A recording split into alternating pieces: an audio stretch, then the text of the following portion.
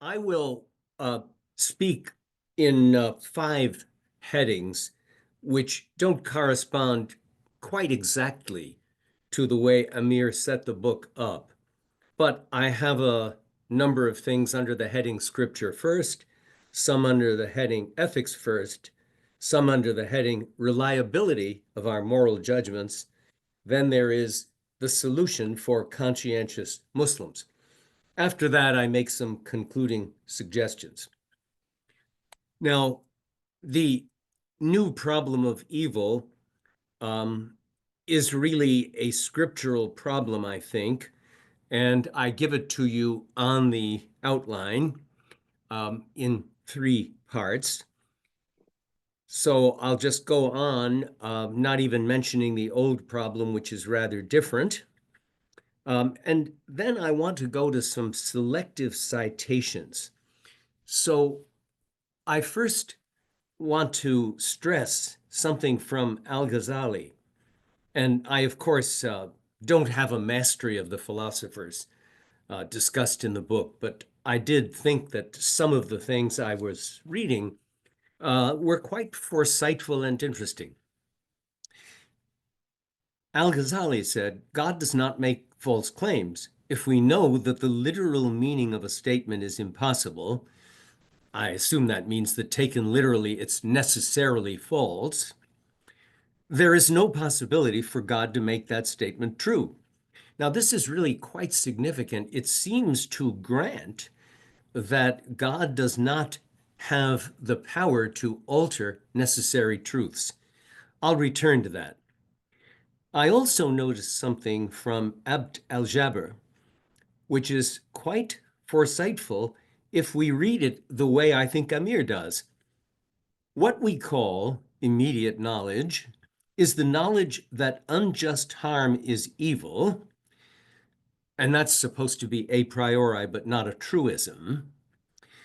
This knowledge is direct. It's non-inferential, I assume.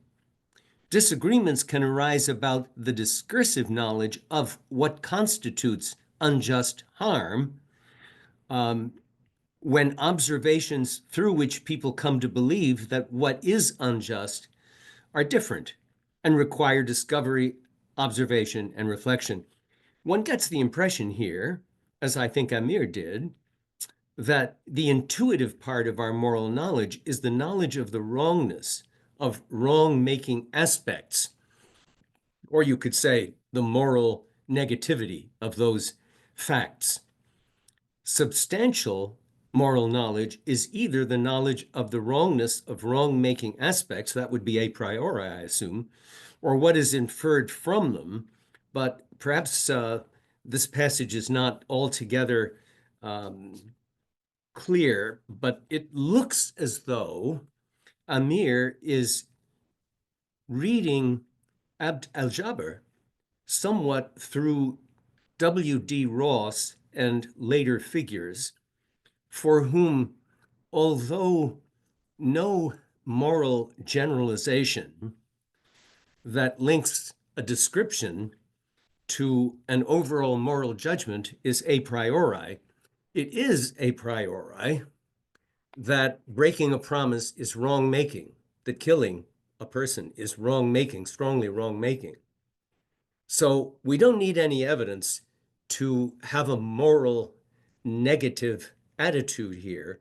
But if we want an overall judgment on a singular case where the facts are going to matter, was it self-defense, for example, or was it really victimization of somebody who only looked as though there was endangerment?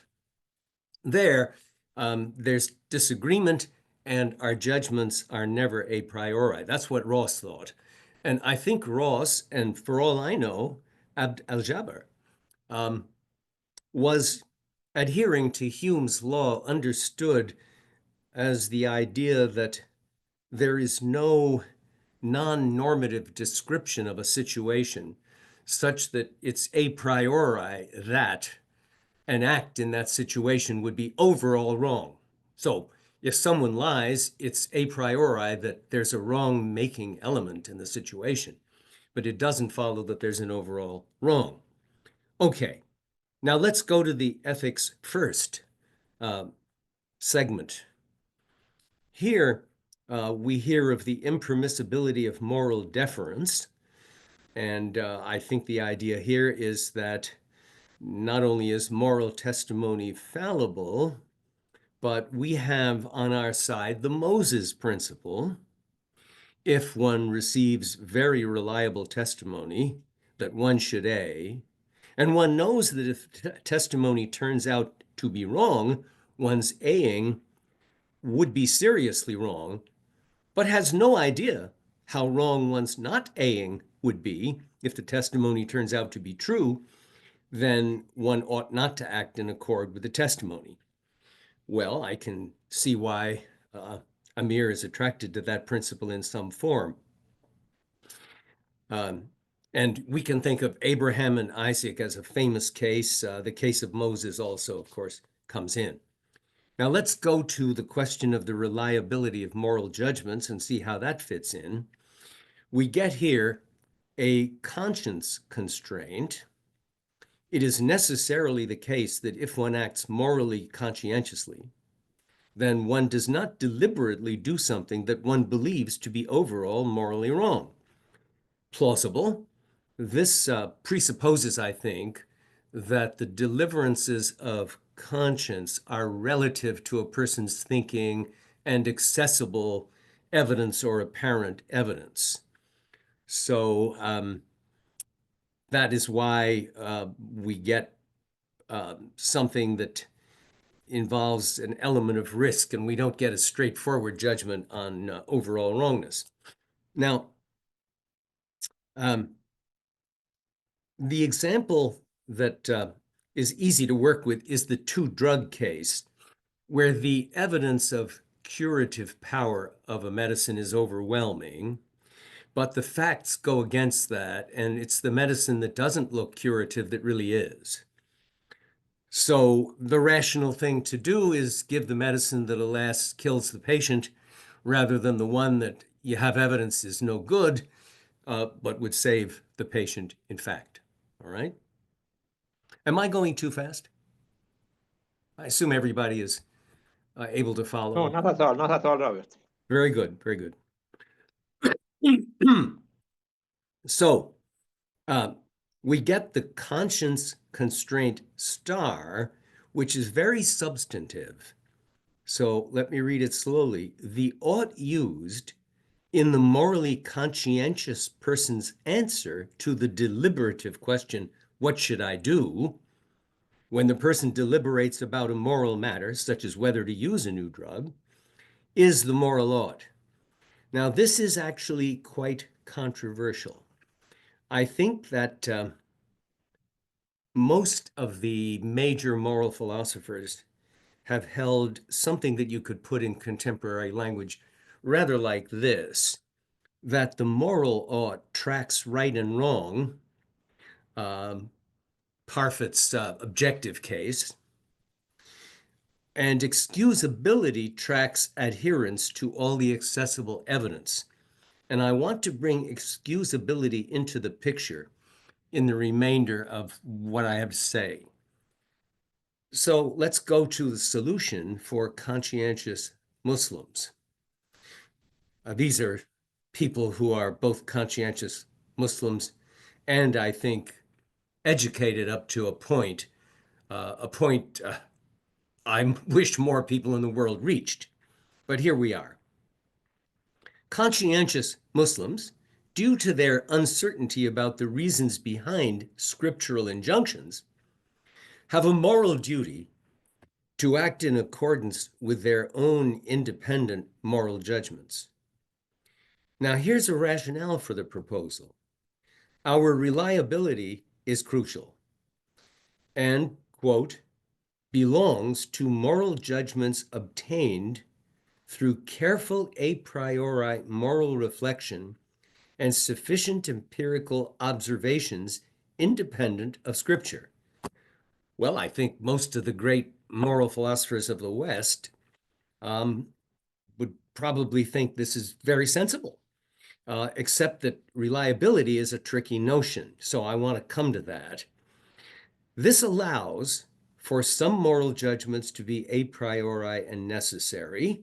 So you know a priori that if someone lies, there is a prima facie wrong in Rossian terminology, but we could say there's a wrong making fact about the action in the circumstances. And other moral judgments, such as that the act is overall wrong, would be empirical. And so, as Kant should have said, and I think actually the core of his theory would allow him to say, one should lie to the murderer at the door. I won't speak for Kant on that one, but I've done that. Okay. Now, one problem here that I think maybe Amir will want to address is that reliability appears to be a probabilistic notion. And reliable judgments then may have a high probability, but they don't have to be true. It's a matter of reliability that our flight is going to make it. We aren't as confident of that as we were a while ago, but the probability is very high. But I'm afraid we know full well that we might not make it. So we can't quite say that reliability is going to yield truth.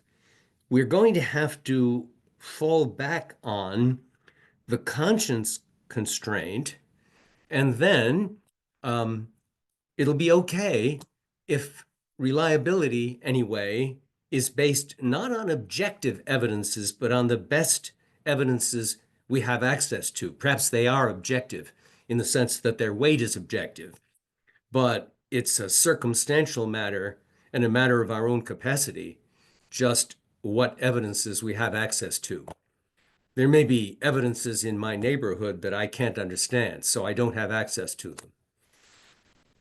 Now, my concluding suggestion looking at all this goes with this question.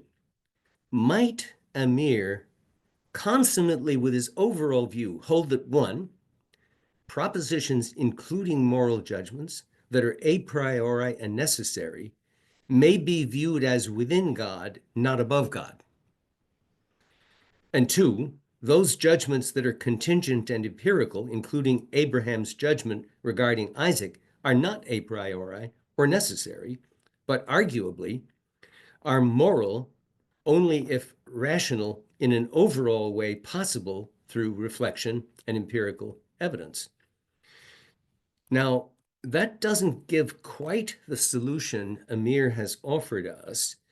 It's an ethics essential approach, but it's not an ethics first approach, as I think we get if we think that the moral ought is the so-called subjective ought.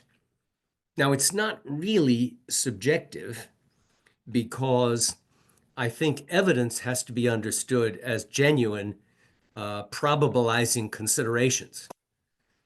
I don't think we can have subjectivity of the strong kind that involves rationality being just a matter of going with your own opinion. Now, a thought I'd like to mention, it's in the paper, but I did put it explicitly on the handout, concerns the matter of excusability. Go back to the two-drug case. There's been argument about what ought, the moral ought really is. I think Sidgwick was objectivistic about this. Ross was objectivistic about it in The Right and the Good, his greater book. But he, I think following Pritchard, went to the subjective side in his later Foundations of Ethics. But how much does it really matter? Suppose we're objective about right and wrong, and we say the physician did the wrong thing, but is fully excusable. We can still say the physician acted reasonably, rationally. I would have done the same. You should feel regret, but you don't have to feel the remorse you'd feel if you violated a moral standard that you really were committed to. So we can be objectivists about the moral ought, and then we can have a theory of excusability, which we need anyway. In my judgment, too few moral theorists give adequate attention to excusability, but our net treatment of others will depend on both our theory of what's right and what's wrong and our theory of excusability. And I think when it comes to excusability, we do not want to be subjectivists in the strong sense. We're still going to have some objective standards. And in my view, in epistemology as in ethics, there are positive considerations that have a priori weight. So if I have a clear and steadfast impression of a hand before me, then I have a reason to believe, or some kind of perceptual evidence to believe there's a hand before me. Well, it doesn't follow that there's a hand before me, but it would be crazy and go against what seems a priori not to give some credence to the evidence of perception under standard conditions. So back to Ross, who I think is understudied these days. We don't have absolute certainty regarding singular moral judgments. So one more point, and I better stop. We'll have a little time for discussion, maybe. Abraham, if he'd been a Rossian, might have thought, well, is this God speaking, asking me to sacrifice my son? But of course it is. I mean, I've been speaking with God regularly. I know God well. I don't understand it. But I mean, after all, God is omnicompetent, perfectly good, omniscient, omnipotent. God is surely going to provide for the boy. So although I can't see it, the best thing is to accept the judgment. Well, look what happened. And, how do you know whether someone who appears to be bludgeoned to death for nothing isn't such that someone's doing that was the only way to save a major city from nuclear disaster? I mean, it's possible, isn't it? So again, Amir has got it right when he says rationality goes with your accessible evidence. But I hold, as Derek did and lots of others, that actual right and wrong go with the real reasons that there are, the external reasons that are truth conducive in an objective sense. So, Amir, you'll have things to say about this, I'm sure.